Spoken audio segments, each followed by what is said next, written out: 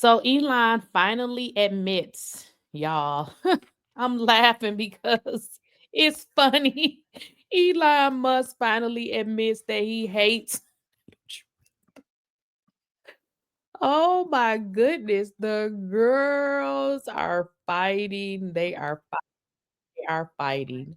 Elon Musk, shame on you. Reporting tonight that Elon Musk's last TV performance with Donald Trump on Friday in the Oval Office may have been less a farewell ceremony than it was the latest version of Donald Trump's "You're Fired" TV show. Elon Musk lashed out at Donald Trump today.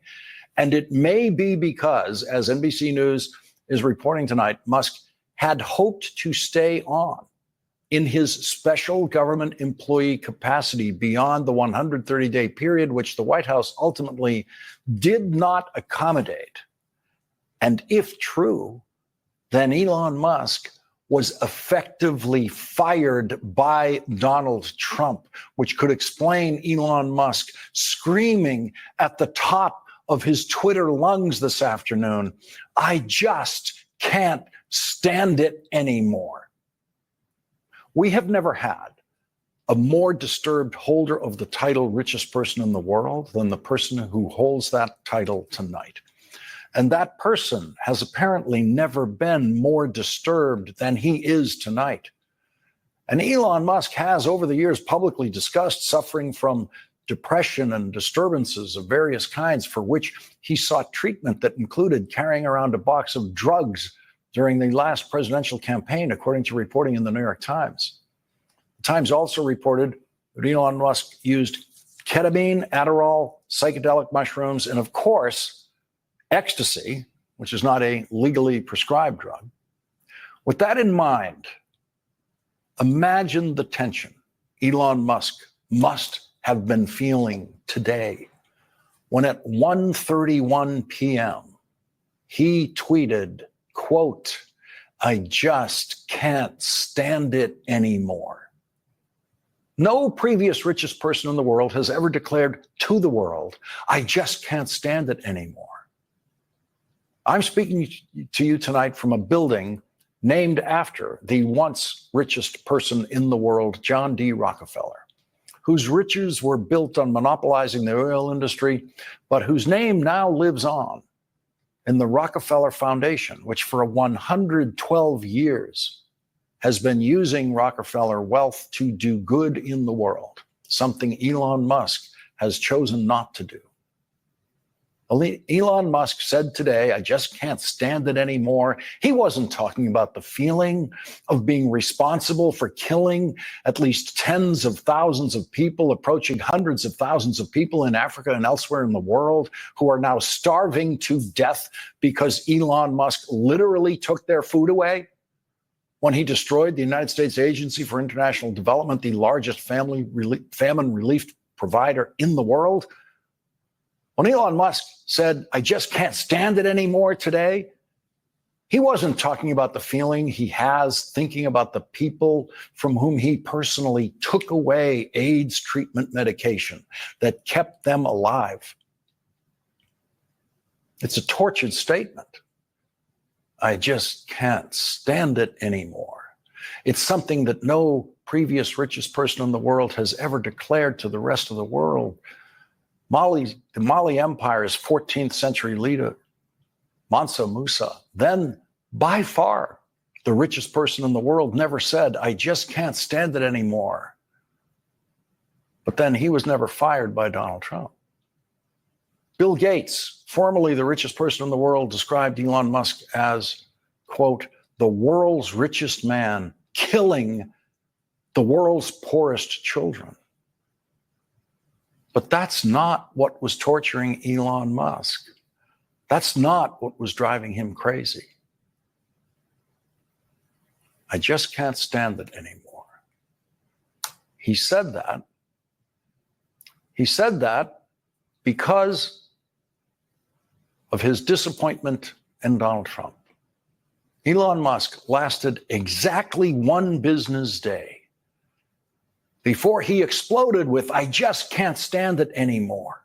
Elon Musk was escorted Out the door of the White House Friday before sunset, he stayed silent about all things Trump on the next business day, which was Monday yesterday.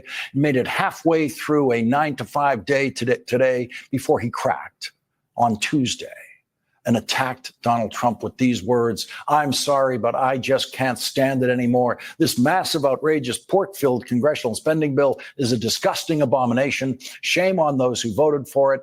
You know you did wrong. You know it.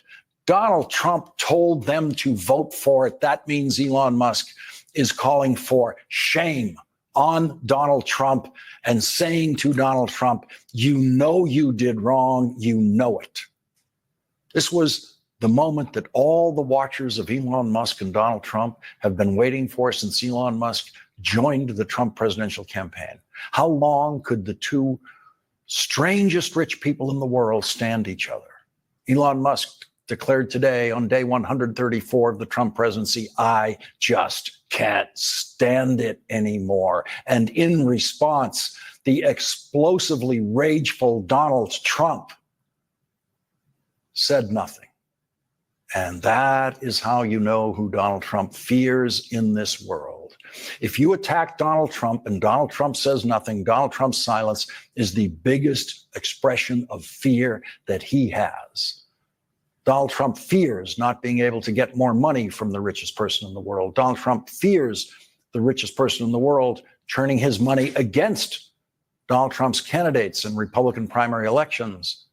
And Donald Trump fears the richest person in the world convincing Republican members of the Senate and the House not to vote for Donald Trump's budget bill that Elon Musk now calls a disgusting abomination. A disgusting abomination. Semantic infiltration was a term that I only heard from the Harvard professor turned United States Senator Daniel Patrick Moynihan. He used it to describe a situation in which one side forces the other side to use its language to describe something.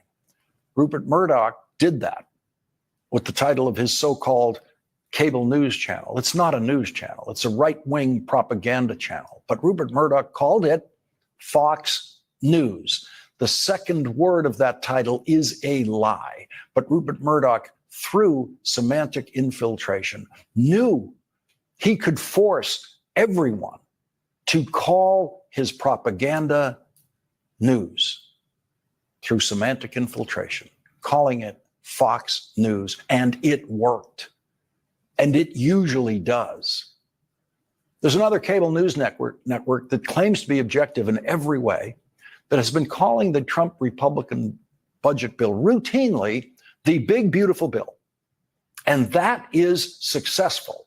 Trump semantic infiltration into that network to force them to use his words, to call the cruelest piece of legislation of the 21st century beautiful. The Democrats have countered, calling it a big, ugly bill. And now the Democrats have another choice. They can call it a disgusting abomination and be quoting Elon Musk every time they do it. And so the successful semantic infiltration of the words big and beautiful met in head-on collision with disgusting abomination today. And disgusting abomination is now the headline phrase of this news cycle about the Trump Republican budget bill. 4 minutes after tweeting, "I just can't stand it anymore," Elon Musk followed that up with, "It will massively increase the already gigantic budget deficit to $2.5 trillion and burden American citizens with crushingly unsustainable debt." That is exactly what Democrats have been saying since the day Donald Trump and Republicans started talking about their budget bill.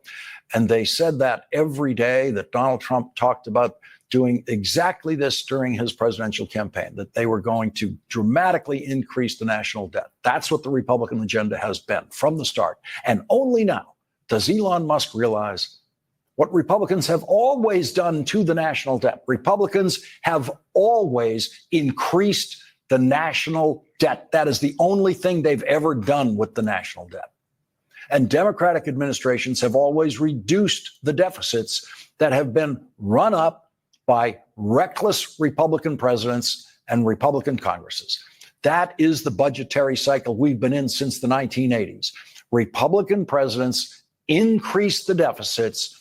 Democratic presidents from Bill Clinton forward come into office and reduce the deficits created by the Republican presidents.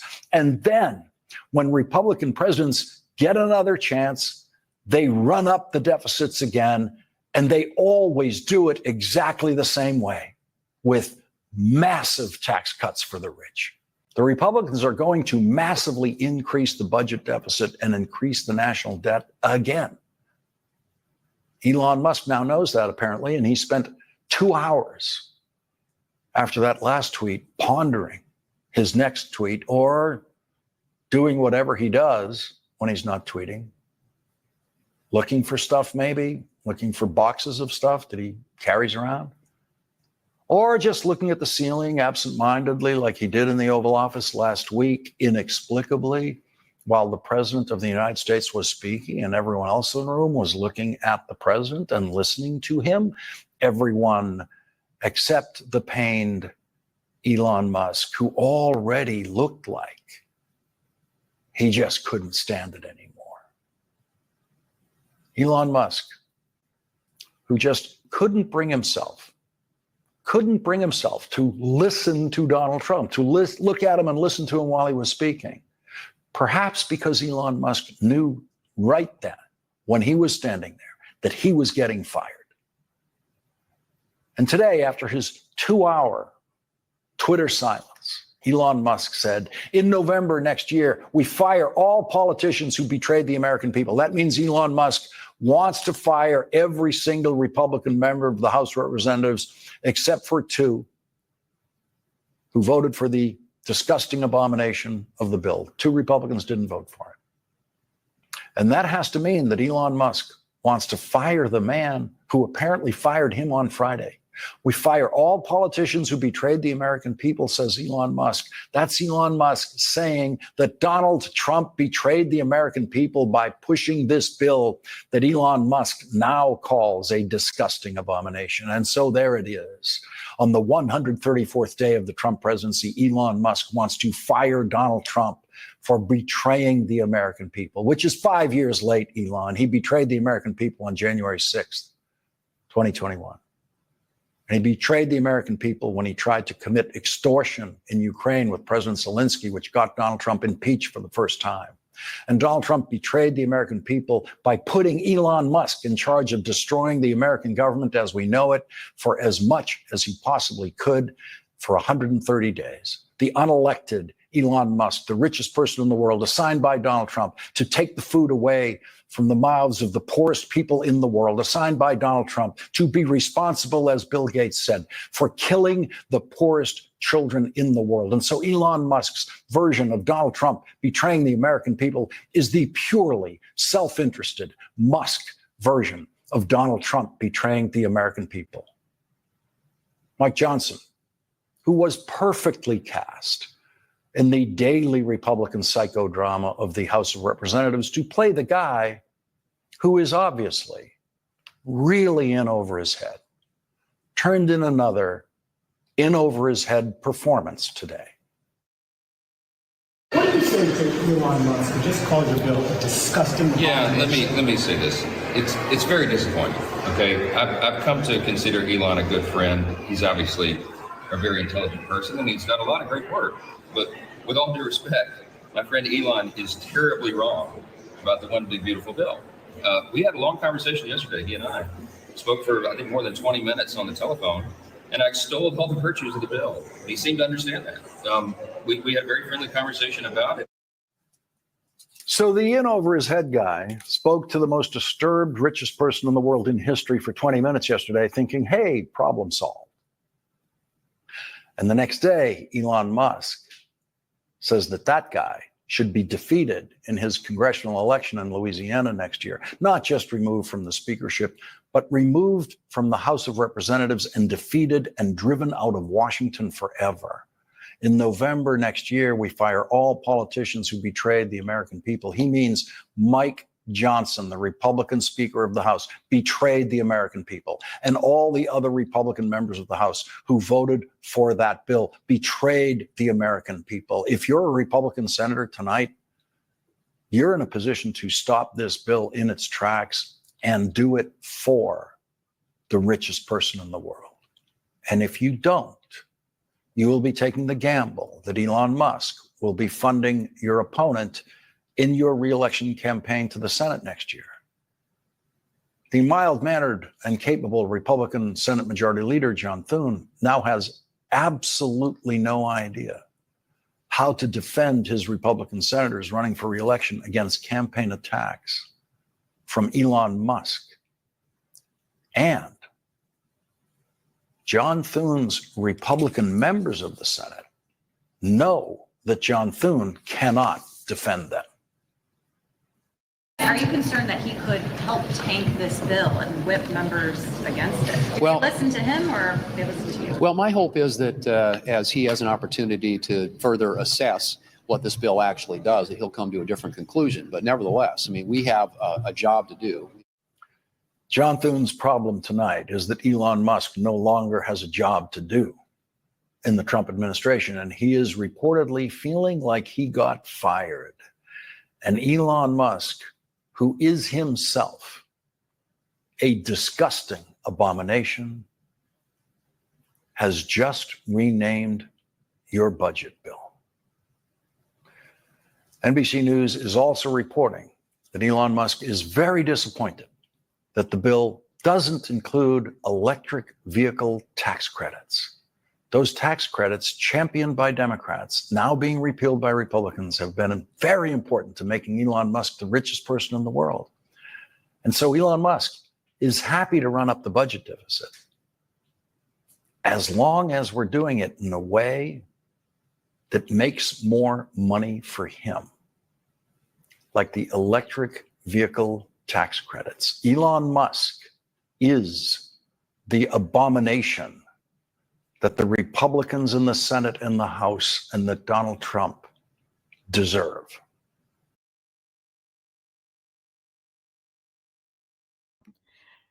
I could have said it better myself. So is Elon mad because that tax credit for those electric vehicles was removed?